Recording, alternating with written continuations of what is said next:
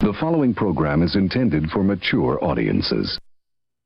A democratic republic of sports. The Sportsocracy with ESPN Asheville hosts Tank Spencer and Jeremy Greene. And welcome back into the Wicked Weed studio. WickedWeedBrewing.com. Drink different. I'm Tank Spencer, Jeremy Greene, alongside, as always, in the Sportsocracy. Like and subscribe to the channel, and we continue here with our free agent files. The free agency period has, it's still going on, but the majority of the signings have taken place, and we're going through division by division, giving out our free agency grades. Like bars at closing time, the pretty people have already paired up and gone home, so we feel like we can assess how the night went. Right. And so today we get the fun joy of doing the AFC South. Woof. The Jacksonville Jaguars, the Houston Texans, and then you got the Colts and the Titans that are, as you like to say, they're doing stuff. The Texans led to the first time I have ever been able to give out my catastrophic grade, which is tied to a catastrophic human. So let's go reverse order from finish last year in the division. Obviously, the Jacksonville Jaguars with the number 1 pick in the NFL draft. We know they're going to take care of their quarterback situation in the draft with Trevor Lawrence, so they didn't need to do anything in free agency as far as quarterback goes. But they did make a lot of other moves. They got Urban Meyer coming in, and he doesn't really understand the free agency process. He doesn't like it. He doesn't like it. He just... That's because he doesn't have a name behind him like Ohio State where he can go, hey, I can go get 20 of the top 100 and be done with his shit. Right. He's not used to paying for Wait. Oh, wait. He's not used to paying this much for players. He's not used to disclosing contract terms because 3 whole shitloads in a McDonald's bag is not something that breaks on the AP wire. Yeah. So they brought in Shaq Griffin. I give him a good passing grade for that. Yeah, I don't hate it. You know, they brought back Sidney Jones too, which means that between Sidney Jones, Shaq Griffin, and their first-round pick last year, C.J. Henderson, yeah. I actually kind of like the secondary. I think that part will be fine. That's not really what bothered me. What bothered me was you paid Rayshon Jenkins like he was an elite safety. Do you realize that they paid just a fraction less for Rayshon Jenkins, who he has 5 interceptions in his career? Right. You know how many pass breakups he has that he didn't intercept? No. 1. That's it? In his career. Gee. He's broken up 1 pass in his career that he didn't pick off. I didn't get it. Mm-hmm. This was a really strong safety class. I mean, hell, the Jets got LaMarcus Joyner for a $4.5 million deal. I understand that he's undersized, scheme specific, blah, blah, blah, blah, blah. I don't care. You paid double that for 2 years for a guy that I don't think's any better. Mm-hmm. Marvin Jones Jr. makes absolutely no sense to me whatsoever. He got more money than Juju Smith-Schuster got. Think about what I just said. I had not realized that. And it's 2 years, voidables, all that shit. I understand that. Right. But it is a $12.5 million deal for 2 years. Juju Smith-Schuster got 8. Yeah. Granted, it was for a year, but you had the money. You could have done that. Go get your guy a guy. Marvin Jones Jr. is 31 years old, and he's been inconsistent as hell. And I don't get it. This was a buyer's market. I'll be honest with you. They replaced Keelan Cole with Marvin Jones. I like Keelan Cole better. Really? Well, he's 5 years younger, which doesn't hurt anything. Yeah. But I think the ceiling on Keelan Cole is higher than the ceiling on Marvin Jones. I don't even think it's debatable. Well, I don't think anybody's debating that. I think it's more just, Marvin Jones Jr. coming in, giving yourself a veteran presence in that wide receiver room. I guess there's something to be said for that. Paying him, $6 million a year doesn't seem like the greatest move at this stage in his career, but he has been a pretty solid wide receiver in the NFL. He's fine, but receivers tend to age like milk. And Marvin Jones Jr. has had injury issues in his history. Not a signing I liked. The only thing that kept him from a failing grade was that Shaq Griffin was clearly the best cornerback on the market, in my opinion. Yeah. I gave him a C- just because, volume. And the guys that you signed were fine, but they're not gonna. I was disappointed in the haul that they got so far in free agency. I mean, they still have $40 million to spend. Put it this way, they had the most money in free agency, and outside of Shaq Griffin, I struggled to figure out who else to put on that screen. Mm-hmm. And it got very Marvin Jones, Rayshon Jenkins real fast. Right. Carlos Hyde. I mean, just look at the other teams that had massive cap space. The Jets wound up with Carl Lawson and Corey Davis and LaMarcus Joyner. Who am I forgetting? Holy shit, it's my team, and I can't remember who the third guy we signed. Sheldon Rankins. Yeah. They had less money and did way more with it than you did. Right. That's why you get a D+ from me. Right. You still have money left over, so there's still some things that could be done, but the Urban Meyer tenure in Jacksonville has not like I said, well. The pretty people have all gone home. Mm-hmm. They've paired up, and they're going to touch each other's naughty parts. So now you have $40 million. Whoop-de motherfucking do. It's not like you have people to extend. Right. I mean, hell, this roster is borderline bereft of talent. Mm-hmm. So you could have had anybody you wanted, and this is what you did? The start of this Urban Meyer thing to me strikes, it reminds me so much of Steve Spurrier with the Washington football team that I can't get away from it. Yeah. It's not a good start. Let's talk about the Houston Texans. This is where I get to break out the Gary Busey. The Gary Busey grade. You can't even put it on the A to F scale. Worst offseason I've ever seen. I've been doing this for 10 years. I have never in my life seen a team do more confusing shit. Mm-hmm. You give your analysis, I'll tell you why I'm killing this so much. Well, I'm killing it. I pass them barely with an F+. Well, F+ is not passing. Do you know what F stands for? Fail. Philip Lindsay is the only thing that you got the plus for. Other than that, you signed 22 other guys because we got to field a roster of something. And this is such the dumpster fire that has become the Houston Texans with Desean Watson and that whole thing that's going on now. You can't trade him. You can't do anything with him. This franchise is going nowhere.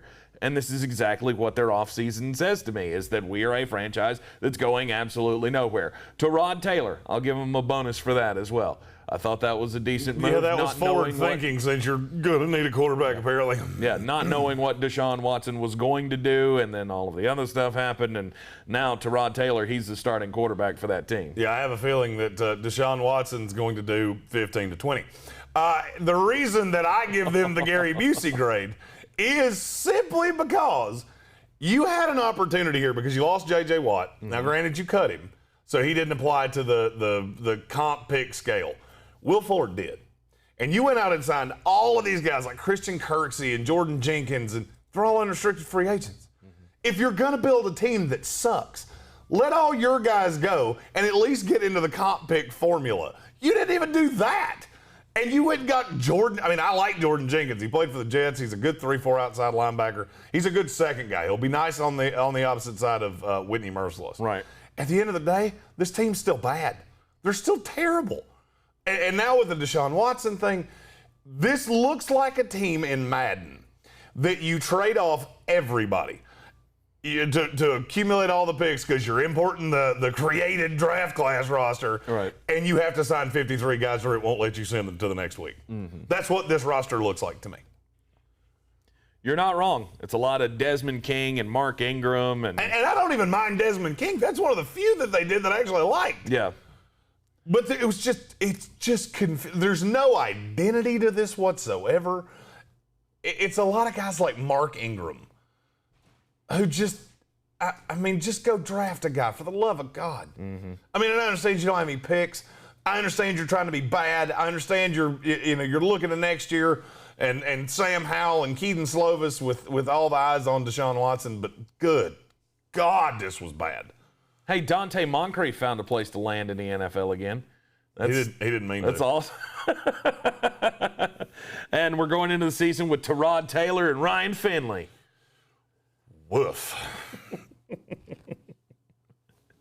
It's bad news for the Houston Texans. They're the worst team in the NFL. It's not close. Mm-hmm. The Indianapolis Colts were the team that finished in second place in the AFC South this past season. Of course, we all know the Carson Wentz trade. I think we gave them glowing marks for being able to get Carson Wentz away from the Philadelphia Eagles and reunite him with Frank Reich. They kept Xavier Rhodes. They kept Marlon Mack. To me, it's a lot of meh, maybe. This is one that you and I disagree on. Mm-hmm. And I'll tell you why. Okay. This is one of the best drafting teams in the NFL over the course of the last 3 years. Do you know what that means? That means you have a lot of guys that are getting ready to come up for big-ass deals. You've already lost a guy in Danico Autry that you didn't want to lose. Mm-hmm. You don't see many guys get their money deal at 30 years old. That was a rotational piece. I mean, Brissett, it is what it is. He was never coming back. Mm-hmm. The thing that I'm giving them credit for is, yes, you lost Anthony Walker. Yes, you lost Danico Autry. But at the end of the day, you didn't overspend on somebody else's discarded pile that's going to preclude you from re-signing guys like Darius Leonard and Quentin Nelson, Kenny Moore, the guys that you have been able to bring into this program that's made this team really, really good. Mm-hmm. And that's what I'm looking at. I'm looking at you're going all in right now with Carson Wentz. You still have money to spend because you haven't done anything crazy. And if you see a guy that you think can put you over the top, you can go get him. Mm-hmm. Whether it's with draft capital, a free agent, whatever the case may be. And I applaud that. I applaud anybody that takes care of their own guys. The league sees that, and there's a reason that this front office is thought of very highly. And it wasn't always in the during the Jim Irsay years. Right. Of which I understand this is still the Jim Irsay years, but this is a different side to the Colts than what we saw in that in between Peyton Manning and now. Mm-hmm. The Andrew Luck years where you couldn't build an offensive line to save your life. Right.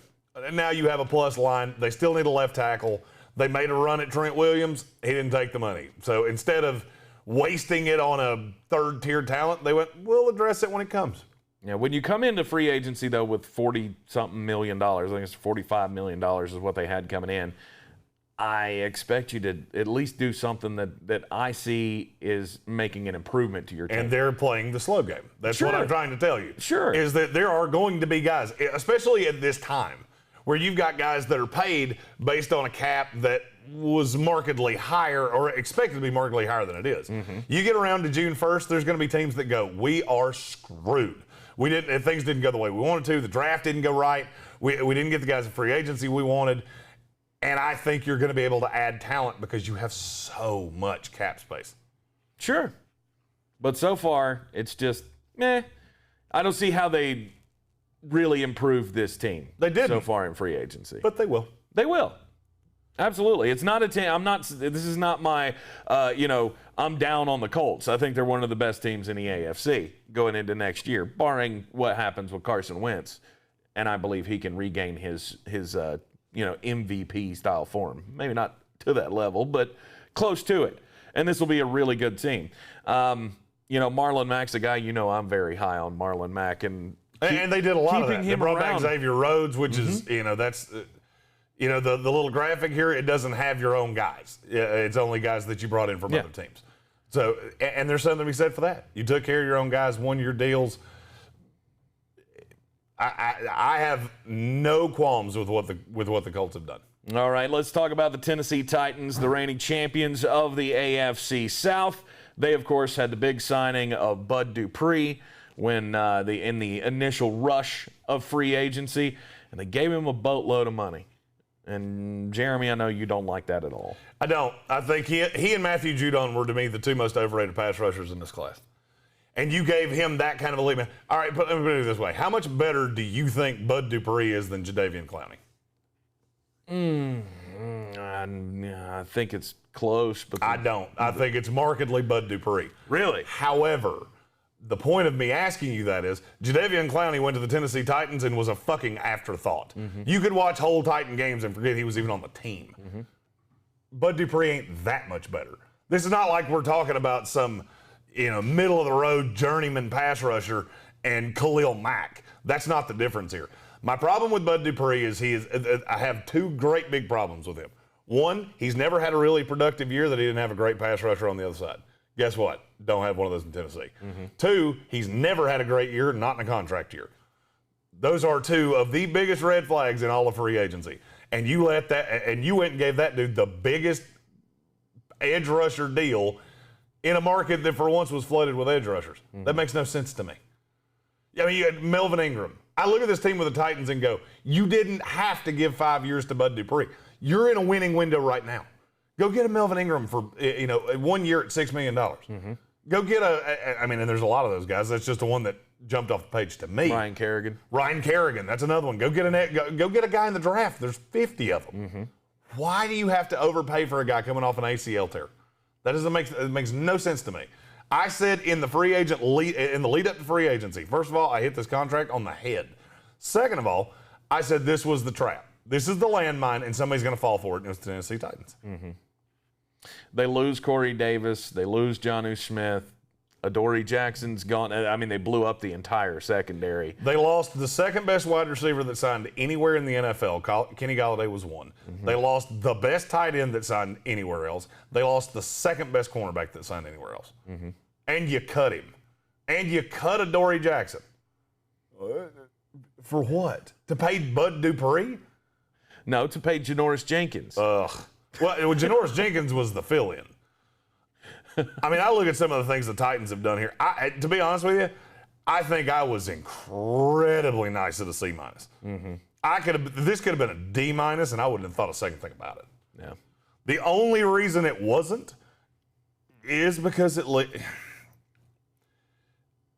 I'm down on Bud Dupree at the money he signed for. I still understand that he can be a very high-level pass rusher. I am scared that lazy Bud Dupree I saw as a rookie and early in his deal before T.J. Watt showed up, this is what I'm going to get now that he's been paid. Yeah, I think Bud Dupree is an elite pass rusher in this league. I also like the fact that they kept Jayon Brown. I also like the fact they brought in Danico Autry. You weakened a division rival and improved yourself. That's the reason this is a C- and not a Charlie Sheen. Yeah. It would never get to Gary Busey. Gary Busey is reserved solely for the Houston Texans. For the Houston Texans. I'd love to have seen the Tennessee Titans add another wide receiver. If you're going to lose a guy like Corey Davis, you got to replace him. And it was so easy to do that. That's another thing that I denigrated him for. Juju Smith-Schuster, I think he would have looked pretty good on the other side of A.J. Brown, don't you? And now you've lost Jonnu Smith. I think there's going to be a big regression in Tennessee. I'll be honest with you, the Colts are the best team in this division to me. It's not even close. Oh, hell, Josh Reynolds is going to fill in, and he'll be fine. He'll be good. He'll be good. It's very average all-around off seasons for me in the AFC South, of course, except for the Houston Texans, who, again, signed 23 players, and, all but I think one of them is making between $1 million and $3 million. Yeah, one of the biggest deals they signed was to a fucking punter. That's all you need to know. All right, so we got the Gary Busey grade. Well, that doesn't even register on the alphabet. No, there wasn't a letter low enough that I could give the Texans. I had to actually throw crazy Gary Busey's face underneath their logo. That's a Z. That's the only way I could explain just how lunatic I thought this offseason was. I think that's the first F I've ever given out on an offseason. It's the first Gary Busey I've ever given out. Yeah. I've given failing grades a bunch of times. All right, again, I said I'm average on everything else, and Jeremy gives great marks to the Indianapolis Colts. Because I know they're going to take care of their guys. Yeah, absolutely. You lose none of your guys because you didn't overspend on somebody else. And I can respect that. And I can respect your grade on that for that, because I respect that as well. A lot of respect going on for the Indianapolis Colts in this one. We are in the Wicked Weed studio. WickedWeedBrewing.com. Drink different. Hit the like button. Subscribe as well. So you'll see all of our free agency grades here, division by division, as they continue on the channel. I'm Tank Spencer. He's Jeremy Greene. Yeah. We'll see you next time.